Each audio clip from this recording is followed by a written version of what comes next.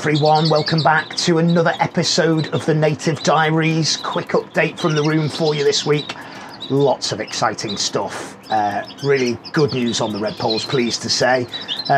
Interesting movements with the goldfinches as well, and our mewling pair. Bit of news about them. Stay tuned, you know what to do. Grab yourself a cuppa. It's not Guinness before you ask. Sit back and enjoy the show. It's been an eventful couple of weeks since you were last here. We have ups and downs. This is always the case with native British finches. So let's talk about the downs first and foremost, shall we? Last time we were here, we had just behind me in the big flight cage, we had a bullfinch hen who was sat on 5 eggs. They looked full from sort of without candling them at all, and indebted always to my mate Shane, who said to me, yeah, they always look full, bully eggs, because they're dark. And you were right, mate, they do look full, but they weren't, they were empty. So not a significant problem. I did separate the birds off just for a couple of days, and then I pulled the slides back, so they're together again now. She has in that time period built up and laid, and I think she laid her 4th egg today, so she is back down on eggs. Again, I'm not going to check them, I'm just going to let her sit and see how she gets on. So hopefully we will have some bullies by the end of the season. What I'll do, if this round are blank, I will separate them again. I'll separate them for a bit longer this time. And I will reintroduce them. And if we get 1 round from the bullies this year, then that would be fantastic, wouldn't it? Would be absolutely fantastic. Thankfully, our rings from the IOA have arrived, because we have had to ring native young this year. I'm using a little cover on the rings. The rings are con colour, so they're red. I don't want to take any chances, so I'm covering the rings with a little adapter, which is a little photograph of here, which I got from the guys at EasyN. So I've rung 6 redpolls. So remember last time out we had 7 chicks, lost one of them, wasn't being fed, tried topping it up, didn't make any great difference. But we now have 6 redpoll chicks. So shall we have a quick look at them?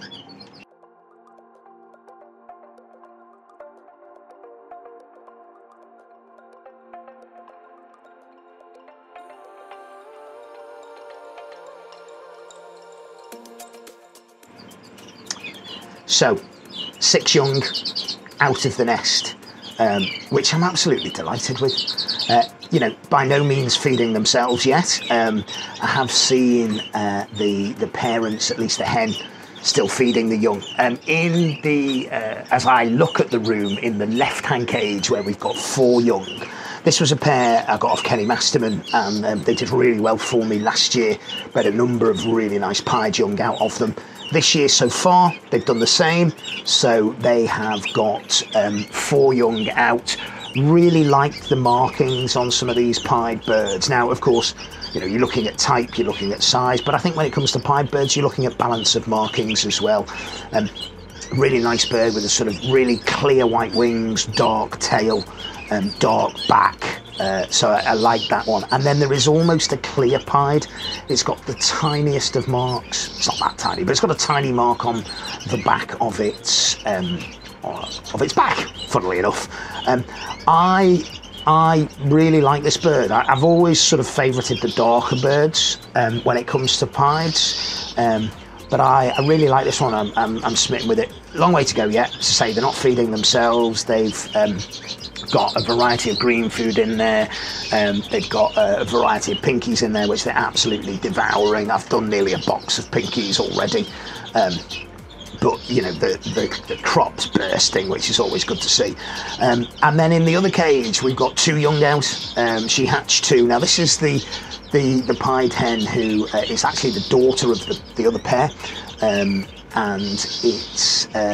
it lost a foot, but it hasn't stopped it. And it's reared 2. Now these are really darker birds, so the cock bird there was bred down from cobalts, and I think the darkness is sort of coming through from there. But again, really nicely marked. So 6 pied redpolls so far, out and about, but not feeding themselves yet, so I'll wait for them to feed themselves.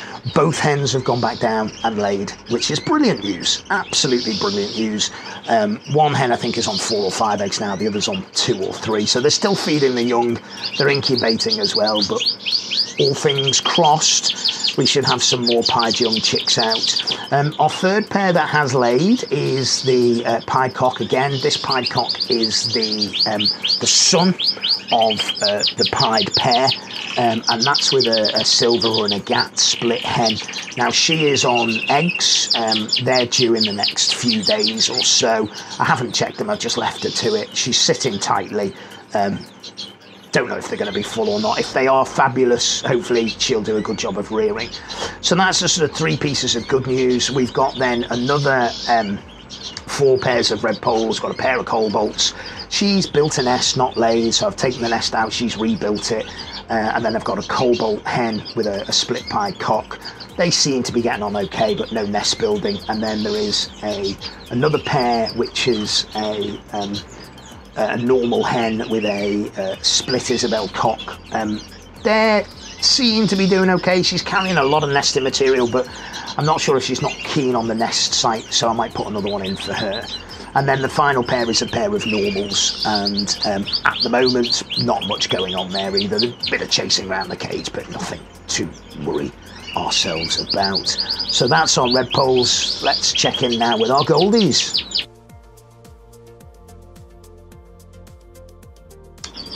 What's been really interesting over the last couple of weeks is to see the goldies come into even greater condition. No egg laying, no nest building as yet, although there's a lot of material being taken, so it may well be. I'm trying not to disturb them too much.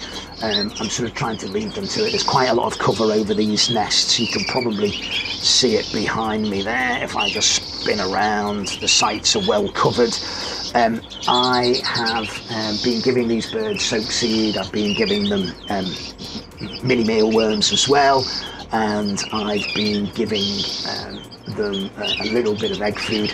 I'm also starting to give them some dandelion heads as well, and you can see as soon as I pop them in the cage, they get absolutely devoured. Now I do soak these first and foremost. I collect them from a place that I know hasn't been sprayed, and they're sort of quite high up, so it's unlikely that they'll have been touched by animals, but don't want to take any chances, so I just dip them in water, soak them for a bit first and foremost, rinse that off, wash them again before I give them to the birds. So there's nothing hopefully to worry about there too much. So there are goldies. I imagine if they're going to go to nest, it will be around May time, hopefully. If they did go to nest, well, I'll be cartwheeling everyone. And to be honest, it's worth watching the channel just to see me try and cartwheel.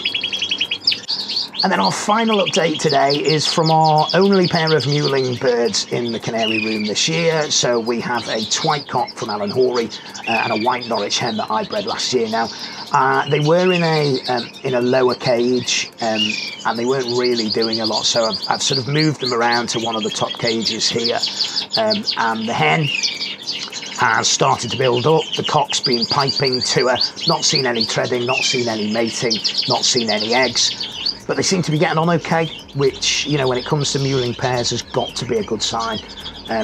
We'll see what happens with them. You know, if I can get something out of them, I will be absolutely thrilled. Maybe another cartwheel, everyone. I mean, frankly, it's worth watching the show just to see me try and cartwheel. Listen, that's all we've got time for. If you've enjoyed this episode, please hit a like. If you've got any comments, pop them down in the comments below. Until next time, all, take care.